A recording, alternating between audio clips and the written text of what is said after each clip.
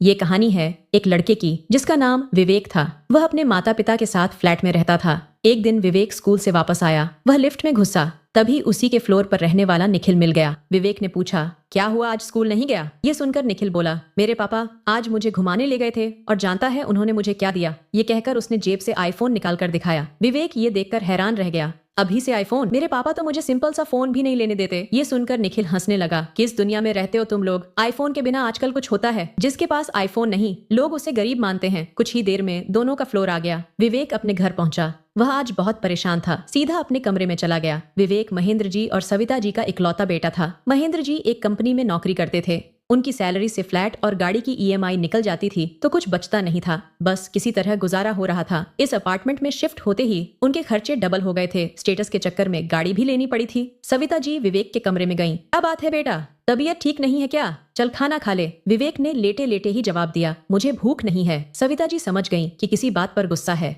वो बोली, मुझे बता बात क्या है? क्या स्कूल में किसी ने कुछ कह दिया? विवेक उठकर बैठ गया। मम्मी पता है मेरे सारे दोस्तों के पास आईफोन है, बस एक निखिल के पास नहीं था। आज उसके पापा ने भी उसे आईफोन दिला दिया। अगर गरीब बनकर रहना था तो यहाँ आने की क्या जरूरत थी? सविता जी को एक बार तो बहुत गुस्सा आया, लेकिन फिर भी उन्होंने बात को संभालते हुए कहा, बेटा ऐसा नहीं कहते। तुझे पता है हमने कितनी मुश्किल से यह फ्लैट खरीदा है। उसकी ईएमआई, गाड़ी की ईएमआई, इसके बाद बहुत मुश्किल से घर का खर्च चलता है। विवेक रूठ कर बैठा था। वह बोला, बस यही सब बहाने लगाते रहो। पापा को बोलो ना कोई बड़ी कंपनी ढूंढ ले जहाँ अच्छी सैलरी मिले। सविता जी को अब गुस्सा आ गया। हाँ, तुझे लगता है तेरे पापा जानबूझकर कम सैलरी की नौकरी कर रहे हैं? जानता भी है कुछ, बड़ी कंपनी से हर दिन लोग निकाले जा रहे हैं। और हाँ, कान खोलकर सुन ले, कोई आईफोन नहीं आ रहा है। तेरे स्कूल की फीस भर रहे हैं, वही काफी है। अपनी पढ़ाई कर, इन सब चक्करों में मत पड़। मम्मी को गुस्से में देखकर एक बार विवेक को लगा कि अगर ज्यादा बोला तो मम्मी मारना भी शुरू कर देंगी। इसीलिए वह चुप हो गया और मुंह फेर कर सो गया। शाम को महेंद्र जी घर आए। विवेक, ये मैं क्या सुन रहा हूँ? आज तुम फिर से आईफोन की जिद पकड़कर बैठ गए। मैं तुम्हें आईफोन नहीं दिलवा सकता।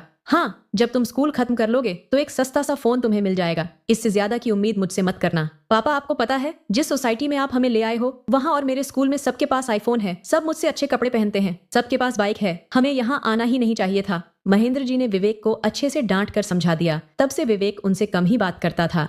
एक दिन महेंद्र जी सुबह सोकर उठे तो उन्होंने देखा विवेक घर पर नहीं है। महेंद्र जी उसे ढूंढने गए, लेकिन वह कहीं नहीं मिला। वे घर आए तो सविता जी बैठी रो रही थीं। उन्होंने एक खत महेंद्र जी को पकड़ा दिया। उसमें लिखा था, पापा मैं घर छोड़कर जा रहा हूँ। मैं अब कुछ बनकर ही वापस लौटूंगा। एक एक चीज के लिए मन मार कर मैं नहीं रह सकता। महेंद्र जी सिर पकड़कर पलंग पर बैठ गए। इधर विवेक ट्रेन पकड़कर सीधा मुंबई पहुंच गया। उसे यकीन था कि एक दिन वह बड़ा आदमी बन जाएगा। स्टेशन से बाहर आते ही चारों तरफ भीड़ दिख रही थी। विवेक एक होटल के सामने से गुजरा। उसे भूख लगी थी। वह उस होटल में गया। वहाँ एक वेटर आया, उसे खाने का ऑर्डर ले गया। कुछ देर में एक कमजोर सा आदमी जिसकी उम्र लगभग 45 साल की थी खाना टेबल पर लगा गया। विवेक खाना खाकर जब होटल के मालिक को पैसे देने गया तो उसने कहा, ये जो सामने आदमी है बहुत कमजोर है, इसे हटाकर किसी ढंग के मजबूत आदमी को काम पर रखो। ये क्या ही काम कर पाता होगा। होटल मालिक ने कहा, बेटा ये आदमी बहुत अमीर बाप की औलाद है, लेकिन आज से 20 साल पहले यह किसी बात पर अपने घर वालों से नाराज होकर यहाँ आ गया। बहुत ढूंढने के बाद भी जब इसे कोई ढंग का काम नहीं मिला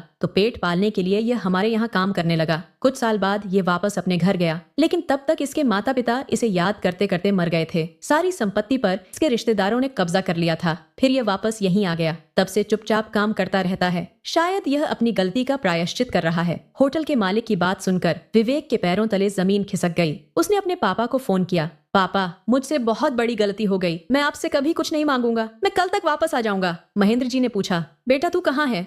मैं तुझे लेने आ जाता हूँ। नहीं नहीं पापा, बस मैं आ रहा हूँ, कहकर विवेक ने फोन काट दिया। रात की ट्रेन पकड़कर वह घर के लिए रवाना हो गया। जीवन का वो सबक जो उसके पापा उसे न सिखा पाए, उसने ठोकर खाकर जान लिया था।